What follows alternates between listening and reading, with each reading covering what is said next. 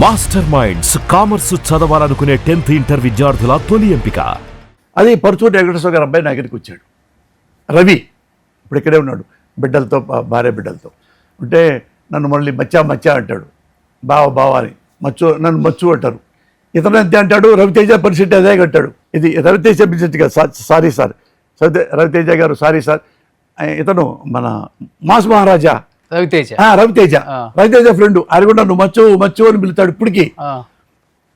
అంటే ఈ రవి నా రూమ్కి వచ్చి వెళ్ళబోతుంటే పరచువేళ్ళ దగ్గరికి, మచ్చు రవితేజ వాళ్ళ అబ్బాయి వాళ్ళ తమ్ముడు ఉన్నాడు భరత్, మ్యారేజ్ లవ్ ఉంది, వాళ్ళు పెద్దవాళ్ళు ఒప్పుకోలేదు, అందుకని పారిపోయి ఇక్కడికి వచ్చారు.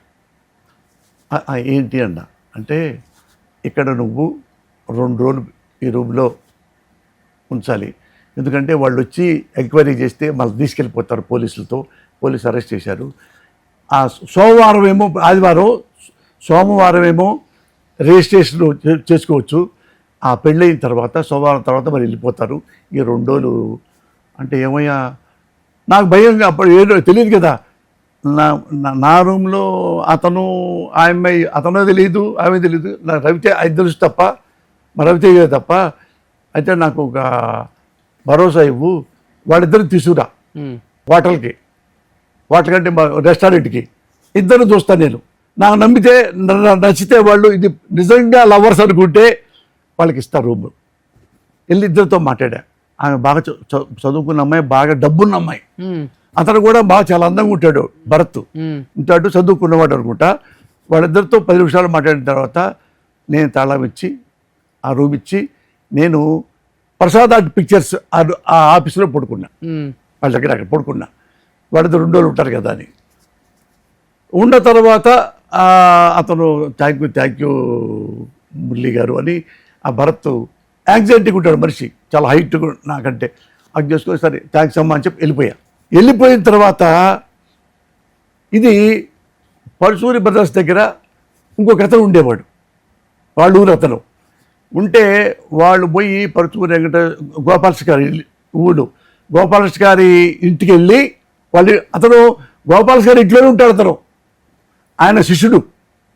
వస్తే పోయి గోపాలకృష్ణ గారి భార్యతో, అక్క బుజ్జక్క, ఆ రూమ్లో లేడీస్ ఉన్నారు, అక్కడ మందు గిందు సీరు బాటిల్ గీట్లు ఉన్నారు, ఎట్లా ఏదో మురళి వాళ్ళకి ఏదో మురళి ఏదో అక్క ఎవరు నా మాటలు పడ్డాయి, లేడీస్ ఉన్నారు, నవ్వుతున్నారు అని చెప్పి.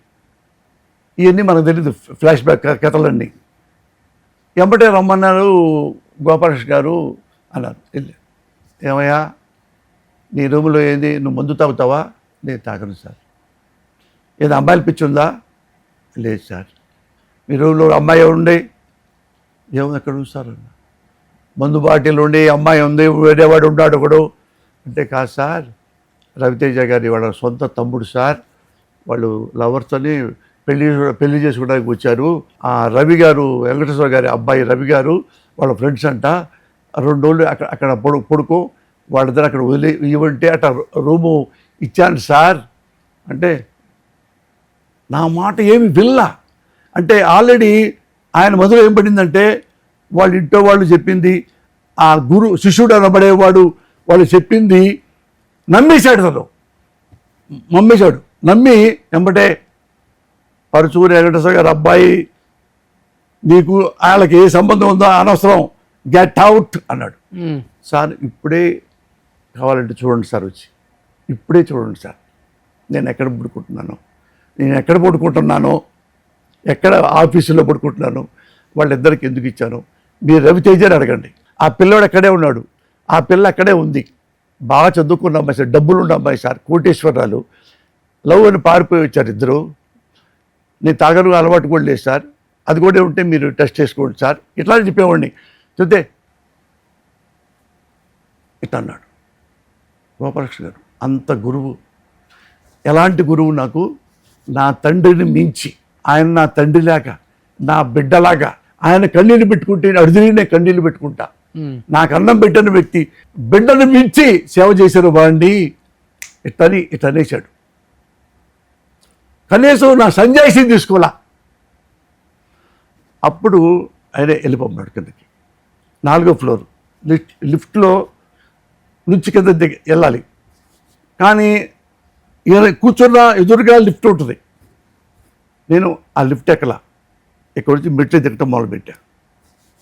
ఇన్ని సంవత్సరాల పాటు 5 ఏళ్ల పాటు ఎన్నో కథలు రాశా, డైలాగులు రాశా, స్క్రీన్ ప్లే రాశా, వాళ్ళకి కోసం నవలలు రాశా, ఇంటో సర్వీస్ చేశా.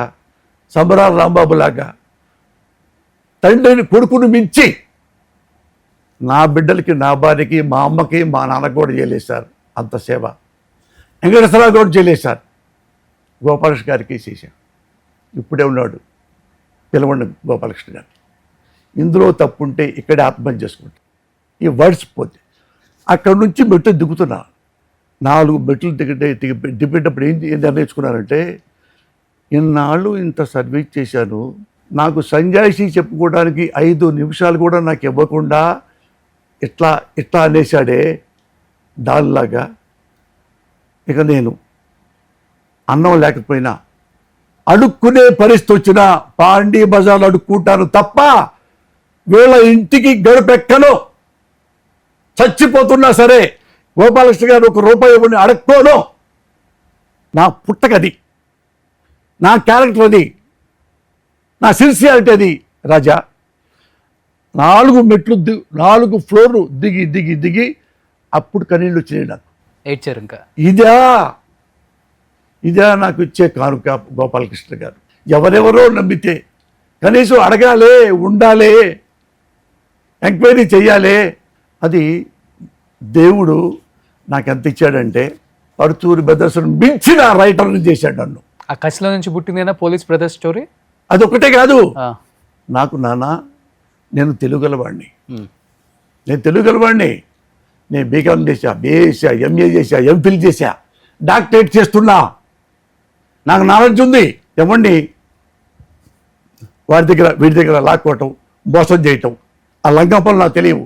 దేవుడే నాకు ఇచ్చాడు. ఇంత నా గురువు నన్ను బయటికి నెట్టాడంటే చూసుకున్న దేవుణ్ణి. నేను దేవుడు ఎప్పుడు పూజిస్తా. అక్కడే 100 రూపాయల రూములో ఉంటున్నా, గుడి ముందు అగస్త్యార్ కోయిల్, అక్కడ ఎప్పుడు పూజ చేసుకునేవాడి డైలీ. అక్కడికి వెళ్ళి దండం పెట్టుకున్నా. నన్ను దేవుడా వచ్చిన రోజే నేను ఈ గుడిలోకి వచ్చాను, నన్ను ఇదే గుడిలో ఉంటున్నాను, ఏం చేస్తావు నన్ను చెయ్యి. ఎంత పెద్దవాడు నన్ను చేశాడు. అందుకని నేను దేవుడిని నమ్ముతా. ఎప్పుడు డైలీ పూజ చేస్తాను. నాన్న నువ్వు వచ్చి మా ఇంట్లో రా, చేపిస్తా. ఎన్ని ఉంటాయో. You should not forget one thing. నేను నా భార్య ఏ పూజలు వెళ్తా తెలుసా? భారతదేశం మొత్తం వెళ్ళాం. ఆమె శివభక్తురాలు, నేను వెంకటేశ్వర స్వామి అన్ని కలుస్తా. ఇద్దరు కలిపి ఏడికి వెళ్తాం తెలుసా? ఇవన్నీ ఉన్న తర్వాత ఆ పక్కన మసీదుకి వెళ్తాం, ఆ పక్క చర్చికి వెళ్తాం. నా భార్య చర్చిలో వెళ్ళుద్ది, నా భార్య మసీద్కి వెళ్ళుద్ది, నేను వెళ్తా, మసీద్కి వెళ్తా. ఫారిన్ వెళ్ళాం. ఎక్కడికి వెళ్ళాం? ప్యారిస్, ఫ్రాన్స్లో గుడి ఉండదు కదా అని చెప్పి చర్చికి వెళ్ళాం. చర్చిలో అరగంట పూజ చేసాం. మొన్నే మేము కాశ్మీర్ వెళ్ళాం. కాశ్మీర్లో ఆడ గుడి ఉంటే చిన్న గుడి, దండం పెట్టుకున్నాం. డైరెక్ట్గా వెళ్ళిపోయి మసీద్కి వెళ్ళాం. అరగంట ముస్లిమ్స్ మొత్తం వచ్చి మళ్ళీ ఫోటోలు దిగారు. నన్ను గుర్తుపడతారు కదా, అన్ని ముస్లిమ్స్, అన్ని కులాలు మతాలు, ఇండియా మొత్తం గుర్తుపడతారు నన్ను. ఢిల్లీలో జడ్జీలతో సహా. జడ్జి గారు ఒకసారి వాటేసుకున్నాను, మురళీజీ అయ్యే అని. ఏది ఢిల్లీలో ఒక జడ్జి గారు. అట్లా రాజాజీ వచ్చాడు, ముస్లిమ్స్ అంతా వచ్చారు. అన్న మీరు వచ్చారేంటంటే, నేను మా భార్య ఇక్కడ ఉంటే ప్రార్థన చేసుకుంటామంటే గుంటూరు, అక్కడ పెద్ద మసీదులో 1/2 గంట ప్రార్థన చేసుకున్నాం. నేను ఎక్కువ చేసుకుంటా. అక్కడ నుంచి మా దర్గాకి వెళ్ళాం. దర్గా దగ్గర మళ్ళీ అరగంట నేను ప్రార్థన చేసుకున్నా. అక్కడ నుంచి మళ్ళీ ఫ్లైట్ ఎక్కి మళ్ళీ హైదరాబాద్. కానీ ఒక 2 years బ్యాక్ పోసాని కృష్ణమురళి గారిని చూస్తే ఓన్లీ రాజకీయాల గురించి అడగాలనిపించేది. కానీ ఇప్పుడు పోసాని కృష్ణమురళి గారిని చూస్తుంటే ఓన్లీ సినిమా గురించే క్వశ్చన్లు వస్తున్నాయి. అంటే ఎన్ని దాగున్నాయో మీ వెనక, మీ కష్టాల నుంచి వచ్చిన సుఖాలు, ఈ సినిమాలు. మర్చిపోయారు కదా, మీడియా కూడా మర్చిపోయింది, జర్నలిస్టులు మర్చిపోయారు. అంటే మీరు ఎంచుకున్న మార్గం ఒకటి, మీరున్న మార్గం ఒకటి. ఆ మార్గానికి ఈ మార్గానికి సంబంధమే లేదు పాపం. అన్నా కానీ ఒక మాట చెప్పాలి. ఎందుకంటే ఇప్పుడు ఈ ఇంటర్వ్యూలో మీకు నేను చాలా చెప్పుకోవాలి. ఎందుకు చెప్పుకోవాలంటే, మీరు నిజాన్ని అబద్ధాన్ని చీల్చి చెండాడతారు. వీడు నిజంగా మాడుతున్నాడా బెళ్ళపిస్తున్నాడా అని తెలుసుకోగల విజ్ఞత ఉన్నవాళ్ళు ఎవరికి చెప్పుకోవాలి? నీకే చెప్పుకోవాలి. అదే అది చెప్పుకుంటా. ఎందుకంటే మీరు ఆ మార్గంలో ఉండేసరికి ఇవన్నీ మర్చిపోయారు. యాక్చువల్గా అయితే ఫాస్టెస్ట్ రైటర్ పరుచూరి గారి తర్వాత ఇండస్ట్రీలో అంతకు మించి పేరు తెచ్చుకున్న ఒక రైటర్ మీరు. పోసాని గారు ఒక సినిమాకి కలం పెట్టారు అంటే ఆ సినిమా బిగ్ స్క్రీన్ మీద సూపర్ డూపర్ హిట్ అని ఒక పేరు. ఎందుకంటే ఆయన రాసిన కథకి అడ్డం కూడా చెప్పరు ఎవరు. ఒక కథని 100 రకాలుగా తిప్పి చెప్తారు. అల్లుడా మజాకాకి 70-80 వేరియేషన్స్ చెప్పారని నేను విన్నా. అవును, మామూలు కాదు. అంటే కాంపిటీషన్ ఒక గాయం చాలా నా 100 ఇదని కాకుండా అన్న, నేను పర్చూరి బేస్ దగ్గర నుంచి బయటికి అలా వస్తుండగా తెలుగు పరిశ్రమలో ఉన్న అన్ని జర్నలిస్టులు నా గురించి గొప్పగా చెప్పారు. అందుకే జర్నలిస్టులకి ఎప్పుడు నేను దండం పెట్టుకుంటా. దేవుడికి ఎంత పెట్టుకుంటానో జర్నలిస్టులకి. ఎందుకంటే నాకు ఇంకా రిలీజ్ అయిందో లేదో కూడా తెలియదు, ఆడుద్దో లేదో కూడా తెలియదు. ఆకలి నాకు స్ఫూర్తి అని చెప్పి ఐదో చూడు పేపర్లో సగం రాశారంట నా గురించి ఈనాళ్ళు. ఇంకొకళ్ళు ఆంధ్రజ్యోతిలో ఇంకొకళ్ళు ఏది నా షర్ట్ వేసి నా ముఖం పెట్టి పెద్దగా రాసేవాళ్ళు. ఇతను మంచివాడు, బాగా రాస్తాడంట, క్లీన్ చేస్తాడట, యూనివర్సిటీలో చదువుతున్నాడంట, డైరెక్టర్గా డాక్టర్గా అప్పుడు డాక్టరేట్ చేస్తున్నాడంట, ఎంఏ అయిపోయిందంట, ఎంఫిల్ అయిపోయిందంట. అవన్నీ కూడా రాసిపోతే తెలుగు సినిమా పరిశ్రమలో నేను ఎవరు అని చెప్పుకోవడానికి నెలలు పట్టుద్ది, సంవత్సరాలు పట్టుద్ది. కానీ వీళ్ళు రాసిన రాతలకి 1 వీక్లో తెలిసిపోయింది. వీడు మంచోడంట, బాగా చదువుకున్నాడంట, ఎంఏ ఎంఫిల్ చేశాడంట అని. ఎంతోమంది అంటే ఎంత బిజీగా ఉండేవాడి అంటే ఒకే రోజు 22 సినిమాలు నేను అటెండ్ అవ్వాల్సి వస్తుంది. అబ్బా, ఇండియాలో ఎవరు చేయలే. అట్లా ఒకసారి 18 వరకు చేయగలిగా. అరగంట ఒక హోటల్లో 6-7 రూమ్స్ బుక్ చేస్తా. ఇంకో హోటల్లో ఒక 5-6 బుక్ చేస్తా. అక్కడ కొంతమంది అసిస్టెంట్లు అంటే అసిస్టెంట్లు అంటే వాళ్ళకి రాయటానికి కాదు, అందరు నేర్చుకోవడానికి వచ్చారు. ఎవరు ఫస్ట్ ఆకుల శివ నుంచి, త్రివిక్రమ నుంచి, ఇంకోటి ఏంటి మా వాడు శివ గురించి, ఇంకెవరైనా వాళ్ళైనా ఒకరోజు ఉండే కొన్నాళ్ళు కొన్ని ఏదో సుకుమార్ కానీ ఇంకోటి ఏదో 30 మంది ఉండేవాళ్ళన్నా. ఎవరో కూడా నేను అడిగేవాడిని కాదు. త్రివిక్రమ్ మీ దగ్గరేనండి? సుకుమార్ ఎక్కువసేపు లేడు. ఆ తర్వాత సుకుమార్ ఇతను త్రివిక్రమ్ 2-3 ఏళ్ళు పైన ఉన్నాడు. ఆ తర్వాత వేరే ఉన్నారు, కోటాల శివ కానీ ఇంకోడు వాడు బోయపడి శివవాడు వాడే నేను తీసుకొచ్చి ముత్యాల సుబ్బయ్య దగ్గర చెప్పి 10 ఏళ్ల పాటు వాళ్ళ సాగిచ్చాను. చాలామంది ఉన్నారు. ఇది మన కళ్యాణ్ గారికి, మరి సంపతనంది కానీ ఇంకోటి కానీ అందరూ నాకు కనీసం ఒకళ్ళిద్దరు గుర్తుండేవాళ్ళు. అంటే నాకు టైం ఉండేది కాదు. ఇంతమందిని వాళ్ళు చెప్పాలి, ఎప్పుడు చేయాలి, టకట వెళ్ళిపోతుంటా. గుర్తించారు అప్పుడు త్రివిక్రమ్ ఇంత పెద్ద రైటర్ డైరెక్టర్? ఎవరు అంటే అసలుకి నేను సినిమాకి ఇదిగో మీరు నాకు రాసి పెట్టవా అని ఇప్పుడు అన్నాం. నేనే కదా ఉంది. నేనేం చేసేవాళ్ళు అంటే అప్పుడు టైం లేక అందరికీ ఇది ఇచ్చేవాడిని, టేప్ రికార్డర్. డైలాగులు చెప్తాను, దాన్ని ప్రాపర్గా రాయండి, మీకేమన్నా ఇంకా మంచి డైలాగ్ ఉంటే పెట్టుకోండి అన్నీ వరుస చెప్పేవాడు తప్ప ఒక కాగితం ఇచ్చేసేసి నువ్వు రాసి పెట్టవా. నాకేం తెలియట్లేదు ఎంతసేపు రాయాలో, అంత ఫాస్ట్గా రాస్తుంటా. నా లాస్ట్ ఫాస్ట్ ఏంటంటే 2 రోజుల్లో సినిమా స్క్రిప్ట్ రాయగలను. ఎంత పెద్ద సినిమా అయినా 2 రోజుల్లో అన్ని రాయలా. 2 రోజుల్లో అలా రాసిన సినిమాలు ఏంటి సార్ సూపర్ డూపర్ హిట్ అయినాయి? ఆపరేషన్ దుర్యోధన. దుర్యోధన అంటే నా స్క్రిప్ట్ లేదు, ఓన్లీ స్క్రీన్ ప్లే రాస్తా, వాడికి ఇచ్చేస్తా స్క్రీన్ ప్లే. షూటింగ్ ఆర్టిస్ట్కి వచ్చేలోపు నేను ఇక్కడే రాసేసుకుని షూట్ చేస్తా.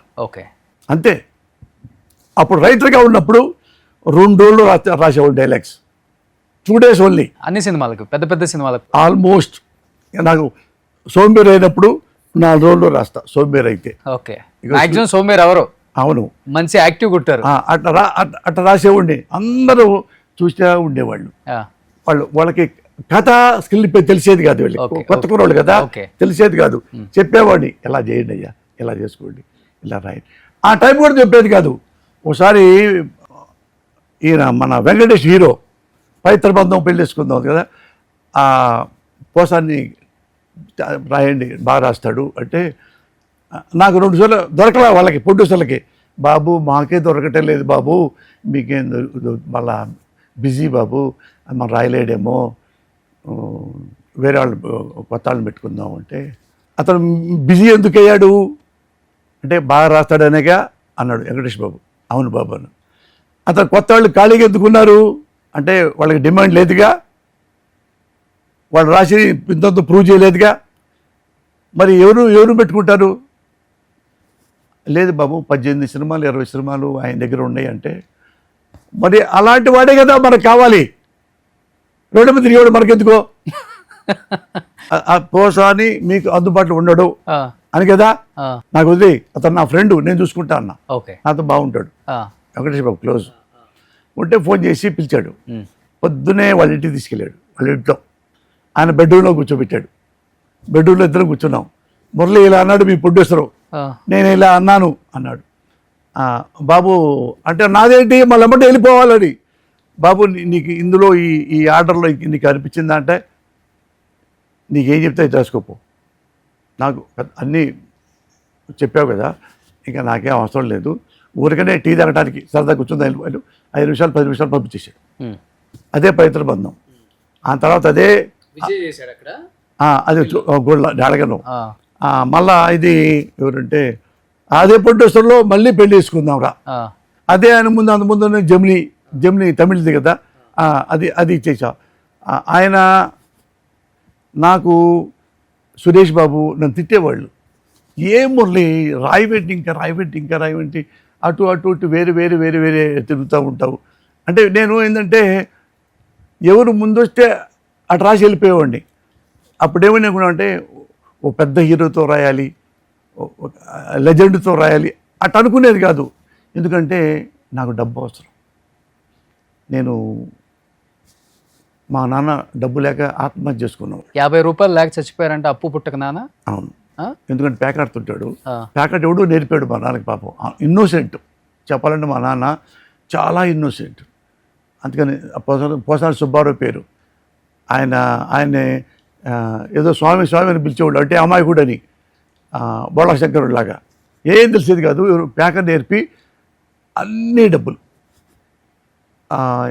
ఎంత ఆస్తులు ఉన్నాయంటే మొత్తం అమ్మేశాడు. మొత్తం ప్యాకెట్లో పోగొట్టాడు. అసలు ఏం మిగిల్చలా, ఏమి లేదు. ఇల్లు కూడా తాటాకి ఇల్లు మిగిల్చాడు, అన్నీ బాగుంటాడు తెలియక. ఇక అయితే మా అమ్మ పట్టుకుంటుందేమని చెప్పి వేరే ఊళ్ళో ఆడేవాడు, ఎంటీ హ్యాండ్స్తో వచ్చేవాడు. అట్లా డబ్బులు వేలు అప్పట్లో నేను చెప్పేది 40 ఏళ్ళకి. పెద్ద భూస్వాములా మీరు? పెద్ద భూస్వాములే కాదు, కంఫర్ట్గా బాగుండేవాళ్ళం. ఓకే, మంచి లైఫ్ ఆయన దాంతో మొత్తం బాగొట్టాడు. ఓకే, పోయి బిడ్డలకి ఏమి లేక అసలు ఏమి చొక్కా ప్యాంటు కూడా లేకుండా పోగొట్టుకున్నాను నేను డబ్బులు అని చెప్పి ఎక్కడో పాత నిక్కర కూడా తెచ్చిచ్చేవాడు పాపం. ఎవరో ఒకడు, ఈ పిల్లడు బాగా పనిచేస్తున్నాడు రా, ఈ సుబ్బారావు పెద్ద కొడుకు అని ఒకటి, కోండు సుబ్బారావు అని ఒక ఆయన ఉన్నాడు. సుబ్బారావు రా అని ఇంటి మా వాడు మీ అబ్బాయి కంటే పెద్దోడు కదా, మంచి నిక్కర్లనే ఉన్నాయి తీసుకెళ్తావంటే, తీసుకెళ్తాను సార్ అన్నాడు. ఆ 2 చేతులు ఆ 2 నిక్కర్లు నాకు ఇచ్చాడు. ఎవరి అంటే ఇప్పుడు కూడా ఉన్నాడు, అతని పేరు పున్నారావు, సుబ్బారావు గారి కొడుకు. వాళ్ళు వయస్సులు పున్నారావు ఇప్పుడు కూడా ఇప్పుడు ఉన్నాడు. ఆయన పెద్ద ఆయన పేరు కూడా సుబ్బారావు, మా నాన్న పేరు సుబ్బారావు, ఇద్దరు చనిపోయి ఉంటారు ఎప్పటిదాకా. అది ఆ 2 నిక్కర్లు నాకు ఇస్తే 2 నిక్కర్లు నాకు ఇష్టం అంటే ఇది ఎప్పుడు తొలుక్కోవాలి వెళ్ళని, అది అప్పుడు తెలిసేది కాదు. అంటే ఆ తర్వాత తెలిసింది మా నాన్న ఎట్లయ్యాడు. వద్దు, మనం కష్టపడి పని చేయాలి, డబ్బు చేసిన డబ్బులు వృధా చేయకూడదు.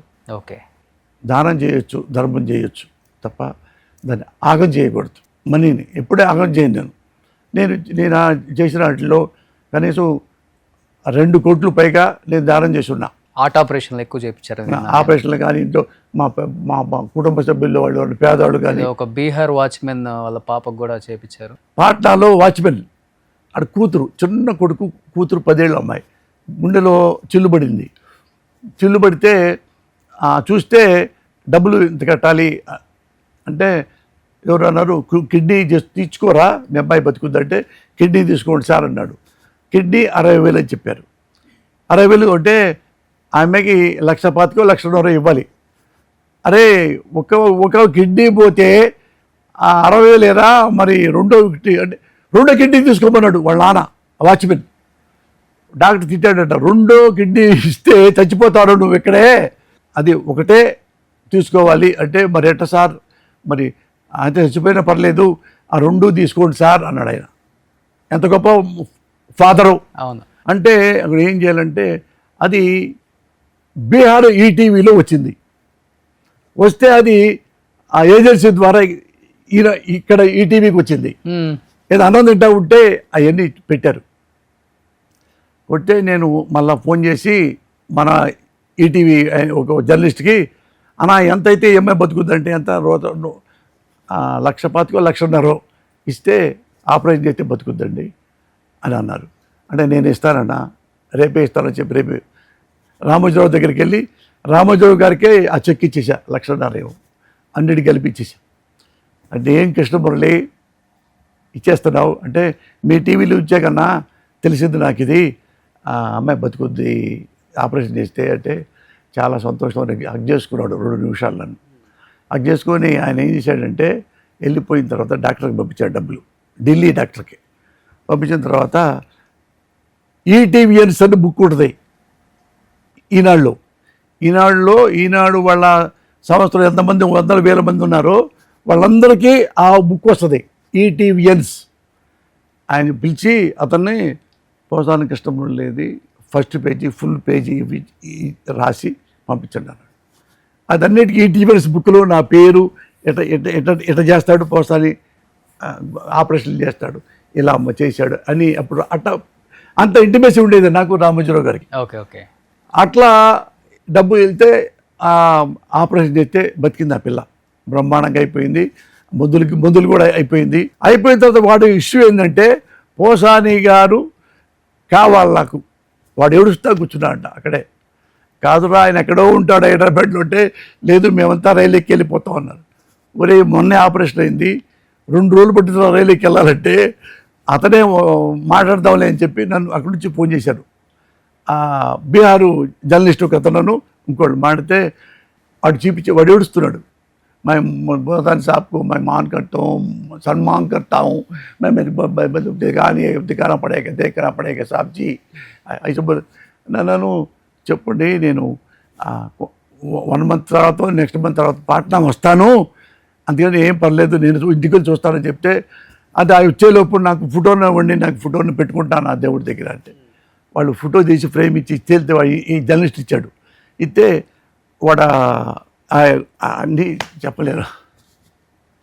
అంటే నా కథలే, వాజ్పేయి కథ కూడా నా కథ లాంటిదే, మా అమ్మ కథ అలాంటిదే.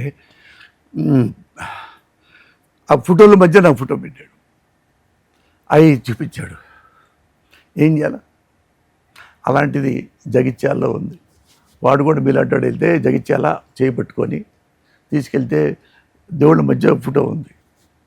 వాడికి ఇక్కడే ఆపరేషన్ చేయించా. ఇది మన గోపిచంద్కి డాక్టర్ గారు ఉన్నారు కదా, గోపిచంద్ స్టార్ ముందు అంత వేరే దగ్గర ఉండేవాడు కేర్లో ఉంటే మురళి అది వాడికి ఎంత ఉందో పొట్ట అయితే లోపలన్నీ పాడైపోయిందంటే ఊళ్ళో వాళ్ళు ఆ సర్పంచ్ కూడా ఏం చేయలేకపోయారు. 1,00,000 ఎవరు ఇస్తారు ఆ రోజుల్లో? నేను చెప్పేది 20 years బ్యాక్, 25 years బ్యాక్. ఇప్పుడు దాన ధర్మాలు కాదు, ఇప్పుడు పెద్ద ఇష్యూ కాదు ఇది. అప్పుడు ఎట్లా అంటే 6 నెలల్లో చచ్చిపోతాడని చెప్పాడు డాక్టర్. ఆడ బయట మంచం మీద పడుకొని ఉంటే మళ్ళీ ఎవడో ఇట్టా టీవీలో వస్తే ఆ రాము, వాడి పేరు రాము, వాడు పాప వ్యవసాయం చేసుకుంటాడు, టాటా తోలుకుంటా. చిన్న పిల్లలు అక్కడే ఉన్నారు, మంచం పక్క నొలక పక్క. ఇంత పిల్లడు వాడు. ఆమె కూడా 20+ కూడా లేదు, ఆమె 18 ఏళ్ళు 19 ఏళ్ళు భార్య పాప. అంటే వాడు చిన్నోడే 20+. అది అయితే అది ఏంటండి అంటే అది మనం చేపిద్దాం మనకు వచ్చేది చెప్పి అది చూసా. అంటే చూస్తే ఈ అన్నిటికీ నేను చేయగలిగింది కారణం ఏమో తెలుసా? నా భార్య. నేను ఎంత బాధపడితే అంతకంటే ఎక్కువ బాధపడుద్ది. చేయండి కళ్ళమ్మ నీళ్ళు వచ్చేస్తున్నాయి. చేయి పాపం అంటుంది మా ఆవిడ. చేయండి పాపం, ఎంత లక్షణం అదే కదా, వాడికి చేయండి బతుకుతాడు కదా అని చెప్పుద్ది. అది డాక్టర్ గారు చెక్ చేసి నన్ను పిలిచి, వద్దు మురళి, డేంజర్ ఇది, ఇంత పొట్ట ఇది, అవన్నీ ఆపరేషన్ చేసి తీస్తే 50-50 అవుద్ది, ఉడికి చచ్చిపోయారు నీకు, ఇంత కూడా నీకు ప్రాబ్లం అవుద్ది, మీ వల్ల చచ్చిపోయినట్టు అవుద్ది, నాకైతే 50-50. అందుకంటే నాకంతే సరే అర్థం. నా ఊరు సర్పంచి వాళ్ళ భార్య బిడ్డలు పిలిపించాడు. అమ్మ ఇలా ఆపరేషన్లో చచ్చిపోవచ్చు, లేదా బతికితే 100 ఏళ్ళు బతికేస్తాడు అని మా డాక్టర్ గారు అంటున్నారు. లేదా ఉంటే కనీసం 6 నెలలని ఉంటాడు బెడ్ మీద అంటే, 6 నెలలు చూసుకొని ఏం చూసుకుంటాను నేనండి. ఈ సారు ఇంత డబ్బులు ఇస్తుంటే మా ఆయన బతుకుతాడు గ్యారెంటీగా. ఎవరిచ్చారు? మా ఊళ్ళో మాకు ఈయన ఎవరో తెలియదు, సార్ తెలియదు, పోసారి సార్ అని. ఇప్పుడు చూస్తున్నాను ఆయన్ని. ఆయన మా ఆయనకి ఇస్తున్నానంటే మా ఆయన బతుకుతాడు. ఆయన సంతకం పెట్టాడు కాదు, సంతకం పెట్టి. ఎందుకంటే ఒకసారి గమనించాలి చూసే ఆడియన్స్ కూడా, ఆయన వ్యక్తిత్వం గురించి, ఆయన క్యారెక్టర్ గురించి, ఆయన చేసిన దాన ధర్మాలు కావచ్చు, సినిమాలు కావచ్చు, చెప్పాలంటే సినిమా ఇండస్ట్రీ గురించి ఈయనకు తెలిసినంతగా అంటే ఒక ఎన్సైక్లోపీడియా అని చెప్పుకోవచ్చు. ఒక 20 years 25 years ఏజ్ గ్రూప్ ఉన్న పిల్లలు ఆయన్ని రీసెంట్ కాలంలో ఈ రాజకీయాల్లోకి వచ్చిన తర్వాత ఆయన మైకుల ముందు అంటే ఆయనకున్నది ఏంటంటే లోపల ఒకటి బయటికి ఒకటి మాట్లాడటం తెలియదు. ఏది ఉన్నా కానీ ఓపెన్గా మాట్లాడతారు. ఆ ఓపెన్గా మాట్లాడిన దాంట్లోనే కొన్ని అవాకులు చవాకులు కూడా పేలాల్సి వచ్చిన సందర్భాలలో కొంత పోసాని కృష్ణమురళి గారిని చాలామంది తప్పుగా అర్థం చేసుకున్నారు, బూతులు తిట్టారు, చండాలమైన మాటలు అన్నారు. కానీ రాజకీయాల్లో నుంచి బయటకు వచ్చి మళ్ళీ సినిమా ప్రపంచంకి వచ్చిన తర్వాత సినిమా ఇండస్ట్రీకి ఆయన చేసిన సేవలు కావచ్చు, ఆయన ద్వారా ఎన్నో హిట్లు కొట్టిన హీరోలు కావచ్చు, ఆయన యాక్ట్ చేసిన ఎన్నో సినిమాలు కావచ్చు, ఆయన నటన శైలి కావచ్చు, ఆయన పెన్ను పవర్ కావచ్చు, అంతా ఇంత కాదు. ఇది రియల్ పోసాని కృష్ణమురళి గారు. కాబట్టి ఒకసారి ఆయన జీవితం అంతా తెలుసుకోవాలన్న ఒక చిన్న ప్రయత్నమే, మీకు కూడా తెలియాలన్న ఒక చిన్న ప్రయత్నమే నేను చేస్తున్నాను. డెఫినెట్గా దిస్ ఈజ్ మన మెంటల్ కృష్ణ, ఈయన మన రాజా, ఈయన మన పోసాని, ఈయన మనకు కావాల్సింది. అందరూ ఎక్స్పెక్ట్ చేసింది కూడా ఇదేనండి మీ దగ్గర నుంచి. వాస్తవంగా చెప్తున్నాను, మీ దగ్గర నుంచి అందరూ ఎక్స్పెక్ట్ చేసింది పోసాని కృష్ణమురళి అంటే ఆ సినిమాల్లో చూసిన ఆ కామెడీ, ఆ యాక్టింగు, ఆ డైరెక్షను, ఆ రైటింగు అది వేరు కదా. లాస్ట్ మేము 4-5 years నేను చూస్తున్న పోసాని ఈయన కాదు కదా అన్న ఒక సందిగ్ధంలో పడి మిమ్మల్ని అందరూ అపార్థం చేసుకున్నారు, తిట్టుకున్నారు, శాపనార్థాలు పెట్టారు, రకరకాలుగా చేశారు. బట్ మాకు కావాల్సింది ఈయనే కావాలి మాకు.